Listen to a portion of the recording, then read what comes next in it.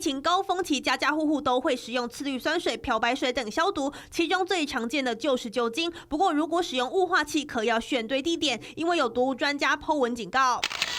酒精不是量多就好，过度暴露会出现6大风险，例如肝脏疾病、癌症、退化性神经疾病、胰脏炎、肺部功能受损或肺纤维化。特别许多人会购买雾化器，看起来很方便，但因为粒径小于10微米，虽然杀菌效果好，但使用方法错误，可能会导致肺部受损。雾化器的话，这个体积5微米左右，那就很容易累积在身体里面，然后造成这个肺部的伤害。根据毒物专家表示，这种酒精雾化器粒径大小大约是5至10微米，因此容易进入支气管或是肺泡，容易导致肺部纤维化。